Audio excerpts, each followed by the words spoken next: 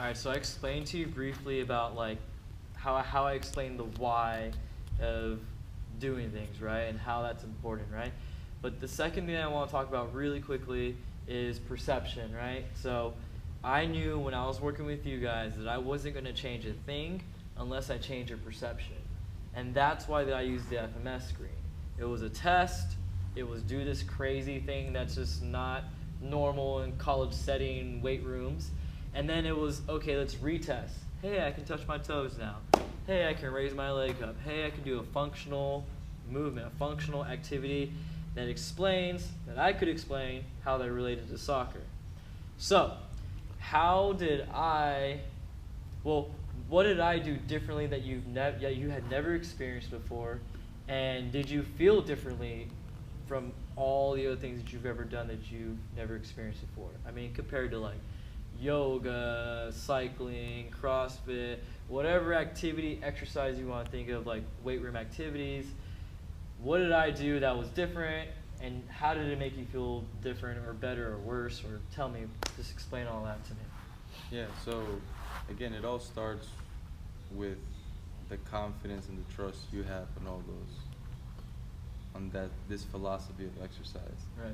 That created a curiosity for myself, and seeing you go with the passionate vibe through your teachings made me fully believe. Now, once that happened, I started realizing that, as you said, it's functional movements that improve.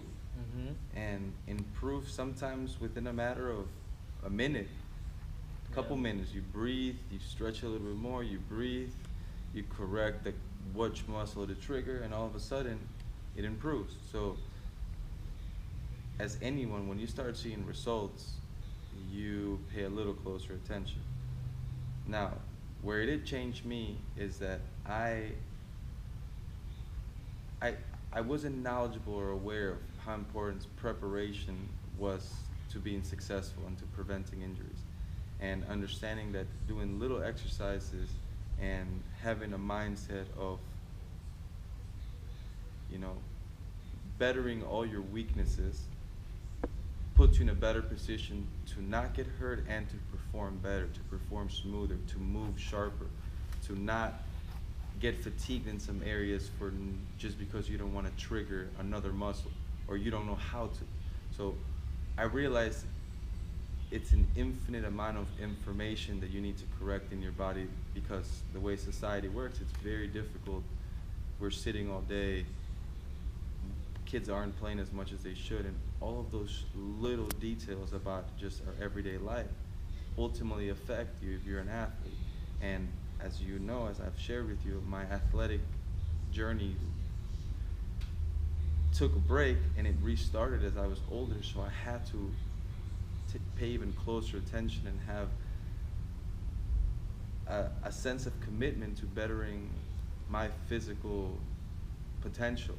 And ultimately, it made me fitter, it made me be less sore, it made me recover faster, and it made me perform better. I mean, after I met him, I ended up winning even more awards and stepping into higher levels and always doing a good job, always following warm-ups. And what it is I've done different types of exercises, whether it's CrossFit, yoga, Pilates, and they're all valid. They'll have unbelievable exercises and unbelievable philosophies behind them, but Sure. It's not always it's not always tailored to bettering you. It's just maybe to get you stronger. But what is exactly you want to get stronger? For what purpose? Or to prevent what negative possibility? So the logic behind it and the practical use of it, how it simplified what I needed to get better, really sold it for me, and since then it's been great.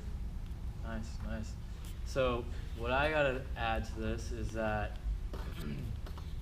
I don't feel like I necessarily helped you win those awards. Well, I don't feel like I necessarily made you to win those awards, right? Like, you were already a good player. You already had knowledge of the game. You already had skills. I didn't teach you any of that, right?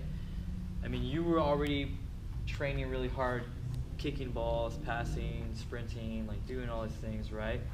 I felt like my role for you was to, as Mike Boyle likes to say, is like fill up the other buckets, right? And so the other buckets for you, you were in class all day. You're sitting in a classroom for 7 hours of the day, and then you're asked to get up and go play full out soccer. Or you're asked to go to the weight room and do these activities with weight on your back or whatever the case may be, with resistance, right? And it's like you said, like Pilates and all that other stuff, like it's definitely valid and has its thing, right? But certain doses of it needs to be given at certain times, right? And for you in that time when I was working with you back at FPU, I felt that I had to give you a dose of something different that you weren't getting, and that helped even out everything, right? And that's why like cross training became kind of like a popular thing, right? Because it's like, oh, it's the off season, go swim, or oh, it's off season, if you play soccer, go play basketball, go play baseball. And it's because they found out that doing other things made you better when you came back. And you found that out without even knowing that.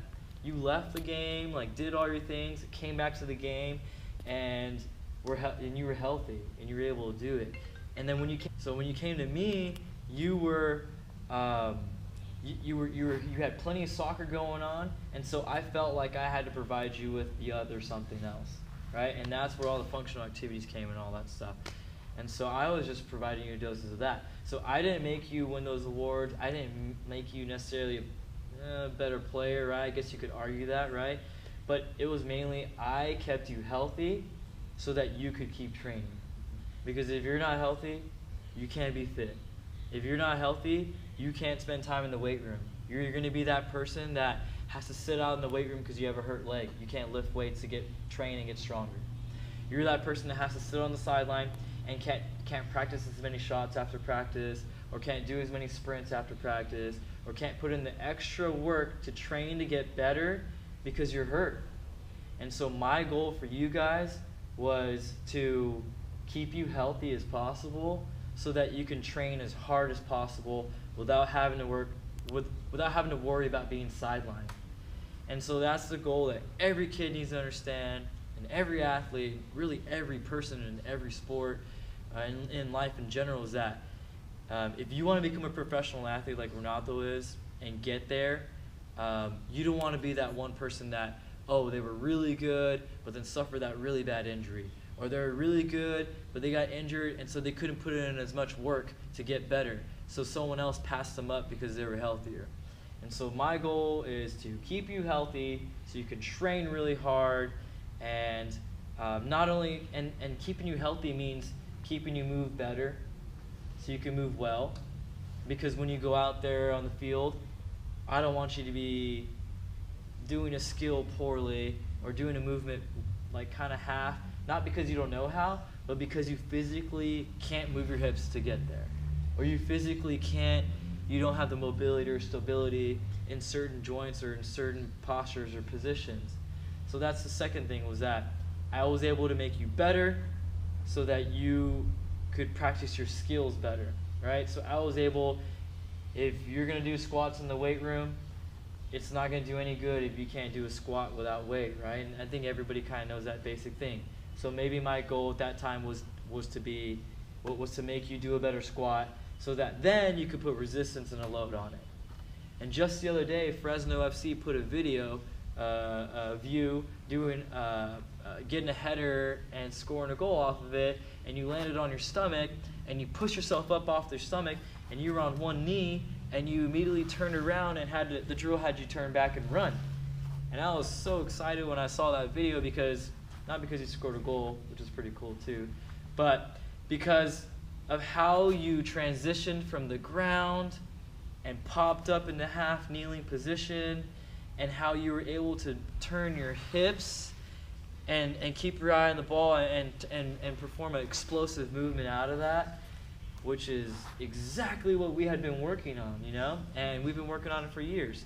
So that was just like really cool, because a lot of other players on your team, right, let's say they can do the same thing, but if they don't have the hip mobility or the stability in whatever areas, since everybody's uniquely and different, everybody's uniquely patterned based on their upbringing, how just like yours was basketball. If they can maybe do that pattern, but if they do it 20 times, if they're doing it for a month, if they're doing it for a season, maybe they're going to exceed their capacity, and they're not going to be able to do it for very long.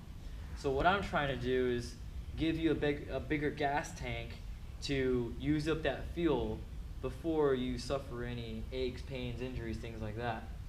So the whole idea of that functional training, I always explain to you why, right? And I'm kind of explaining to you and everybody else why.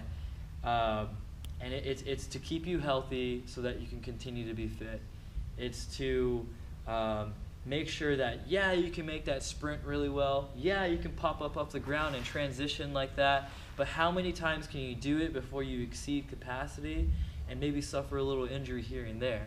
And so my job was to make sure that that you can be doing that explosive to the best that your body is capable of doing, and not only that, but to do it for the whole season really well, right? And so if I can do that with the starters and the best players on the team, the coach is going to be happy, all the ownership's going to be happy, I'm going to be happy because I don't have to treat injuries and go through that process of the body healing, and everybody's happy, and we're having a successful club, a successful team. So that's kind of the culture that we were in, and